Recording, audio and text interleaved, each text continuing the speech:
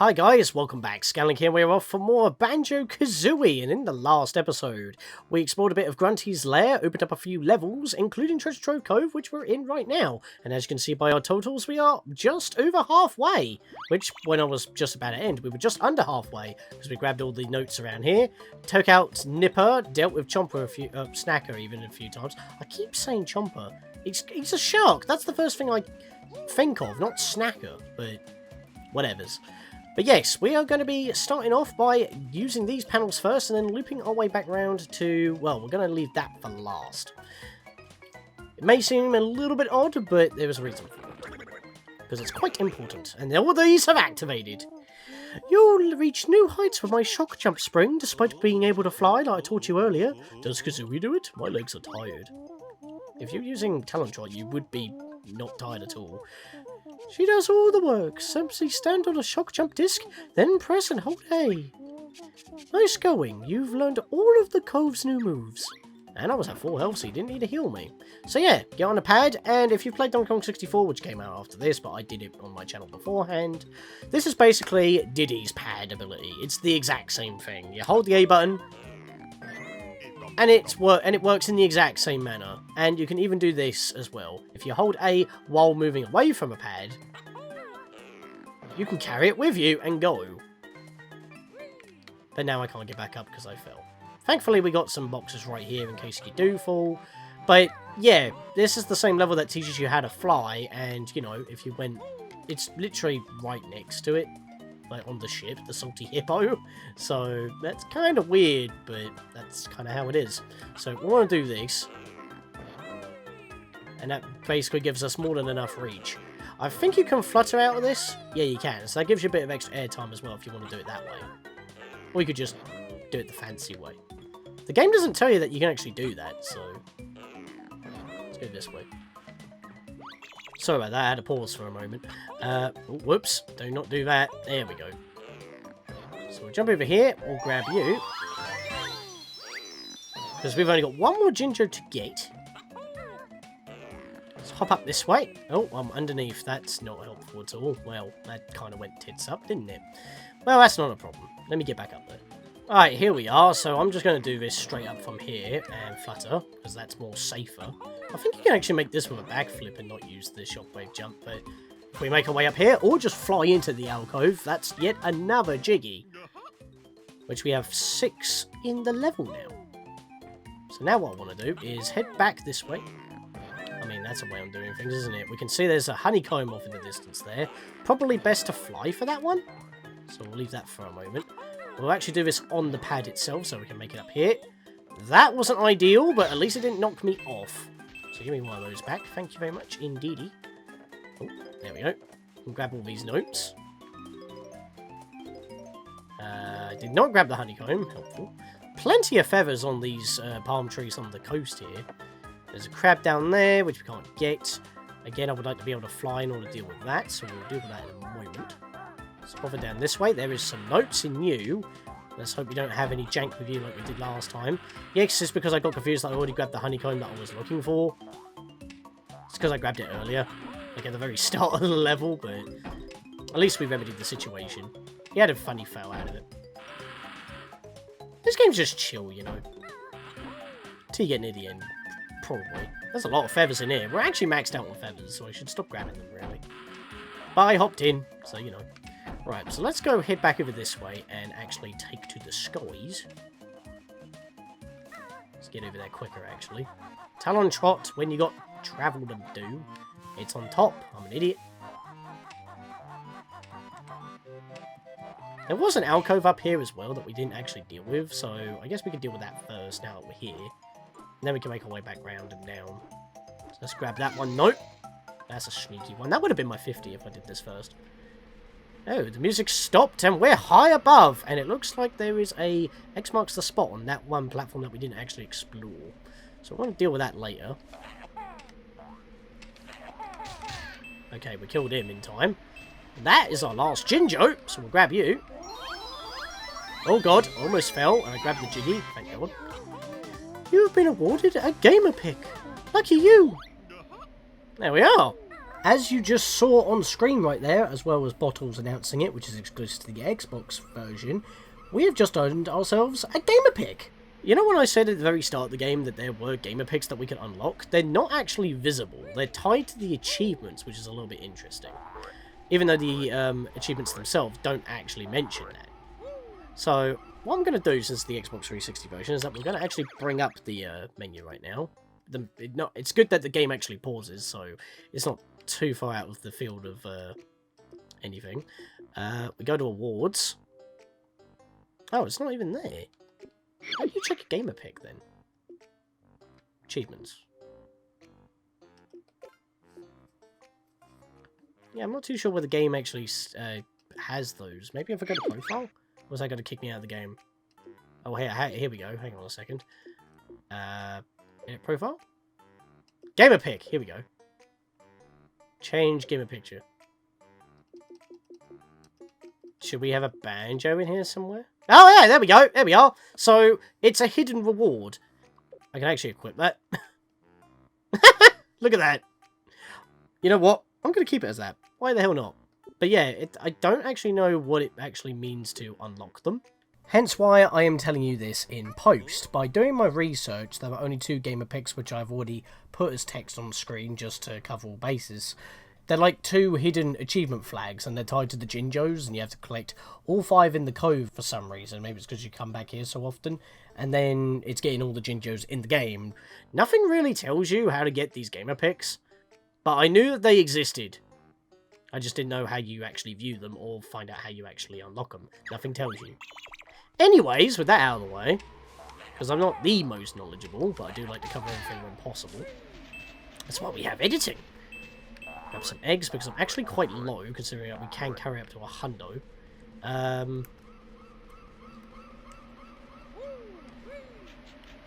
So I was just trying to press some buttons. So, oh my god, no! No! Oh my god, I lived! That wasn't oh god, get away from me! Holy shit. That was really bad. You can see the destruction of full damage. Lost my footing. I was just trying to press buttons to see my HUD. Well, now it's permanently stuck to the screen because I'm so weak. Thankfully, though, as you can see... Oh, if I can get off the bloody tree. We got some health just sitting here. So we can easily go grab this. Not the most ideal thing, but, guess I'll go see you guys back up there when I get back onto the flight pad and do that. Alright, so I'm flying now, and you can just fly straight up here. You don't actually need to do any platforming up here. Ironically enough as well, you don't even need to do any platforming here at all on this, once again, Spiral Mountain. I swear. It's just a trope in video games, even in the one that spawned Spiral Mountain to begin with. You just have multiple mountains that go around the spiral in such a manner. But yeah, it's like, you could just fly straight to the top and not even do any of this. If you really want to.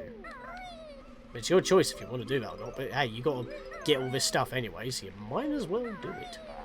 Got a little shock pad shortcut there if you want to use it, but not necessarily me. Grunty switch! Whack that! Fire in the hole! It's a jiggy in the cannon. If only we could have just climbed into the cannon. Smash that door. Token. Let's climb up the lighthouse. Grab some more notes. Got a shockwave pad. Or a shock pad. Let's use that. Whee! And the jiggy at the top of the level. Now, normally this is the one that people get last. But I wanted to get it now. Let's make our way down carefully. But we don't want to take the full damage, do we? So we'll just do this. There is an egg there that I would like. But I've got plenty at the moment. It's not enough. And yeah, when I cut, I also did try to press every button to see if I could get like the HUD to show up when I'm just playing, but no, you have to pause. I even tried the select button, which wasn't even a thing on the 64. Oh, can I? Can I? Oh, come on, really? No, I got stuck underneath! That's the worst thing that could happen. Uh-oh. If I hug the corners, he can't get me. Haha, get played. Right. So what we're going to do is leave... Oh, God, I'm stuck underneath the bridge. We're going to leave that for now. I'm going to go up this way, because there was a flight pad up this way, and we haven't been over here yet. There's also an X that we saw from high above. So, I'll get the honeycomb after doing this. And I keep putting it off. I'm very indecisive. But hey, you have the whole level to your disposal. It's just how you choose how you want to tackle it. But this one takes a bit of time. Smack that. Follow the clues if you're looking for gold. There's an arrow going in this direction, so we'll take to the skies. And we'll follow this around. And we're too high again for the music to play. It's a little bit annoying, honestly. There's an extra life there. Can I grab that and just continue to fly? That would be awesome. Use the sharp turn to just float around. Nope, I land on the floor. That's fine. Not a problem. We can make it on foot at this point. Don't even need the 1-up, to be honest. Because in the N64 version... well, actually, no, it'll be in this version as well. If you do, you know, hit the reset... like load up your save again, you'll go back down to 3. So, not the most ideal thing. The max is 9, just so you know. I'm trying to ground pound. I was pressing both triggers, even though I was doing talent drop. So the arrow's going to this one, so we'll make our way across.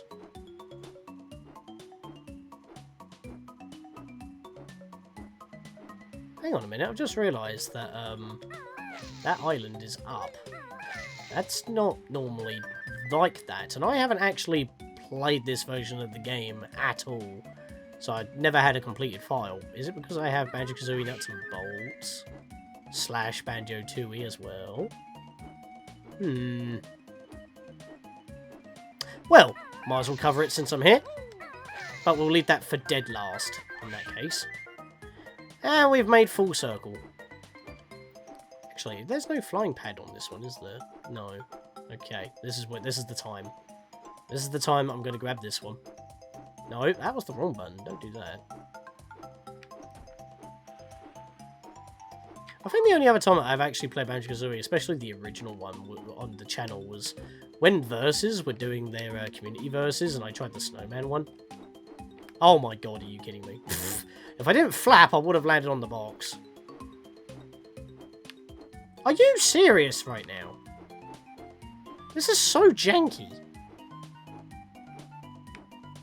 Stu have a much more greater control than both the wing cap as well as the rocket barrel, but my god. There we go. Ah, you'll never find me now. Oh yeah, well, then what's that big X down there then, eh?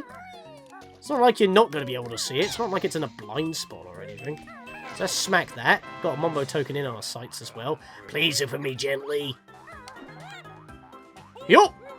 That didn't work. Let's head him off. Sand smack! He's dead. Yep. Don't worry, I opened you gently. Gently with the touch of death. There we are, 9 jiggies. Not too bad at all. And where we have 13 tokens as well, I believe that's all the tokens in this level as well. I'm pretty sure it is. If not, we will eventually be coming back to this level at some point, even if we do 100% the entire level, for multiple reasons, as I said at the start when we first entered this area. It's just going to be a lot easier if I jump over. Actually, I think I do need to do that now I think about it. I'll just do the DK thing and just continuously backflip. Yeah, we need to land down here, so we'll do that. Me leaky, no good for water. Can bear block hole with pebble? Poopies! You need more pebbles. There we are. Leaky patched up, now empty water for bear. Okay, you are one ridiculously powerful pail to be able to somehow drain all the water with a couple of pebbles blocking holes without even moving, and it's like an entire reservoir worth of a pond. Interesting that, yo. Does make getting the notes a little bit more awkward, though, because we can't actually jump in there, not unless we stand a little bit further away to have the extra little height that we need. So, we just do that. Okay, that actually don't work. Let's try it this side. No, that's not what I told you to do. Really? I can't actually make that. Wow, I feel like an idiot. That's fine though. If the camera would like to cooperate with me. It will not cooperate with me. I just want to make a jump. There we go. That'll do it. Just wasn't in the right spot. Right, so we've got that. We've got 4 notes left, and we can enter this sandcastle. Now, it's drained. You could enter it before it was drained, but you wouldn't be able to do anything. We have our last 4 notes in here.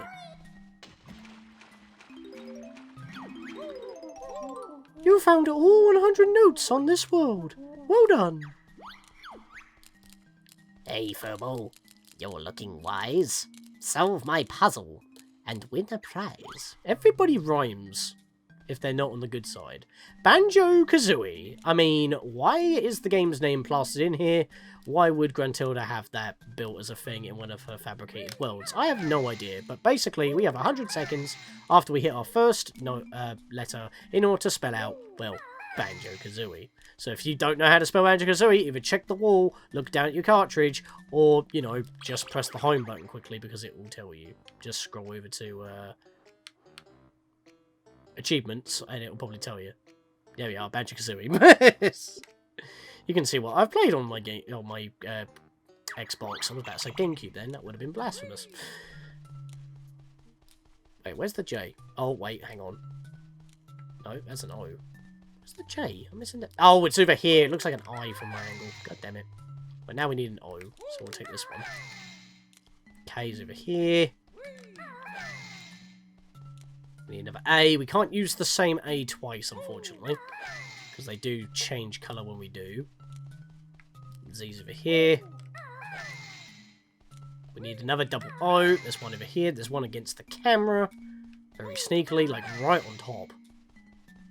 I and E. And there we go. Done it. The gate opens to reveal your prize, but first I'll cut you down to size. Oh yeah? That didn't work out for you, did it? Also, he was double strong, so he only gave us 1. But he also gave us 1 Jiggy, so all's worth. And that's the fanfare dance that we missed out on Mumbo's Mountain because we finished as a termite. Speedrunning tactics. But yes, we have letters. We have codes on a wall. That was basically the puzzle. Now, there's something that you can actually do in there by whacking certain letters to make a code. I shouldn't be talking about this now, because I was planning on actually talking about this when the game actually gives us a code to type in, because we go in there, we'll type it in, and technically we get an upgrade. But there are other secret codes that you can type in, and on the N64 version, because it was never fully implemented, if you typed in a code, this island would raise. Either that, or you would have to achieve 100% before this would even become available. I'll take a hit if it means I'll get it quicker. I almost actually made that without taking a hit. Also got an extra life. So, if you are following along on the N64 version, you might want to type in the code in order to make this thing appear if you haven't already beaten it. I got a 100% completed file on the game, and I do mean 100%, all 100 jiggies, all 900 notes. That's what really matters. Because I wasn't expecting to actually do this now. I didn't actually think that this would be unlocked. I guess they give you the option to do it whenever you want. But we got some tricky platforming to do here. So what we got to do is jump out and hop back in. And we haven't got the usual leitmotif of the area playing in here. This is kind of special. And even though this does go technically unused in the original, it is still accessible in the original. So you can still technically follow through with this. If not, just save it for later. I'm nailing every single one of these jumps. Now I've said that, watch what happens. Actually not. Ooh. Shiny. Big old egg that looks like it shouldn't belong. Looks very beta. Ooh. An egg? That's one of the 7 stop swap items we've been looking for. I reckon it'll unlock something special in my nuts and bolts adventure. Can't wait. I mean, you would know what nuts and bolts is, right? It's like they're also aware that it's a remaster. Let's access our totals. So before we even went in here, we did have 100% in Treasure Trove Cove. You would need 100% in the whole game in order to access this normally, unless you type in a code in the sandcastle where we got our final Jiggy. If I go back through the levels to Mumbo's Mountain and the overall, well, Gruntilda's Lair as well, Spiral Mountain, we then have our overall game totals, which you see on your file screen when you are about to select your file. However, if you go all the way to the end to your latest level, and then press again, you have the Stop and Swap menu. Now, Stop and Swap, I didn't think I was going to be talking about it in this episode, but I guess we are. Stop and Swap, in the N64 version, was an unfinished feature, and when you beat the game 100% because it was unfinished, you could grab at least 3 eggs and the key, the ice key down below there, because some areas would open up and become available once you have beaten a file 100%. It gives you a reason to go back and find some stuff. Unfortunately, they didn't do anything, because what was intended was to use the N64's unique RAM and its refresh rate or wipe or cleaning time before you boot up another game. The problem is that when you turn on the system, the RAM is active. Once you've done stuff in a game, there's stuff in the RAM. When you turn off the game, turn off the system holds that data in RAM for up to 10 seconds. At least the early models of the N64 did. Rare tried to use this so that the information for these items would be in RAM. You turn off the system, you pull an Indiana Jones Dark Crystal Skull nonsense before the boulder shows up, swap the cartridge of Banjo-Kazooie for Banjo-Tooie, and you would get some stuff within that game. But because of later revisions of the system, that got reduced to 1 second, and it, trying to do that really fast could cause damage, and they just thought, well, you know what, that ain't gonna work. Don't know why they couldn't have tried to implement it with the memory pack, which is like the memory cards that plug into your controller for the N64, do it that way. That probably would have been a much more easier thing, and tried to work around a technicality. It was Rare being fang-dangly and all fancy and all that. Try to use a quirk with the system and actually make it a thing, make it useful. Useful in speedruns, especially with like Ocarina of Time to set up Paper Mario. The technique actually works, unbelievably so, even though it's unintended. But this was supposed to be intended. But in Banjo-Tooie, they just made the cartridges that would have showed up to give you the bonuses that these eggs would have given you just be there. But in the Xbox Live Arcade version, it was restored to mostly its intended method. It does work. The save data is all on the same hard drive or same storage. You have your file with all the items. You load up Banjo-Tooie, and you get different items. They're mostly Xbox related, unfortunately. But the additional eggs that didn't originally have any intended features would also be moved over to Banjo-Kazooie Nuts and Bolts, which is what Banjo just mentioned here, which was technically the third Banjo game, if we want to count Grunty's Revenge on the Game Boy Advance being a 1.5, because it technically takes place 2 months after Banjo-Kazooie, while Banjo-Tooie takes place after 2 years after Banjo-Kazooie. Yeah, very confusing. You wouldn't think that 4 games in a series would be confusing about a bear and bird, but hey-ho, there you go. But that is the history of the Stop and Swap, and that's what we have. Completely unintended from actually having it right now. Right, I'm going to do a little trick here to avoid full damage as well. If I ground pound and go off the side in a T-pose, I assert my dominance to gravity, and I don't take full damage. Which is very good for that room, honestly. Unfortunately, it's not very easy getting away from this island, but we are done in this level, so we can leave and grab that grab that Jiggy that the Grunty Switch gave us. Because there's nothing else to do in this level for now.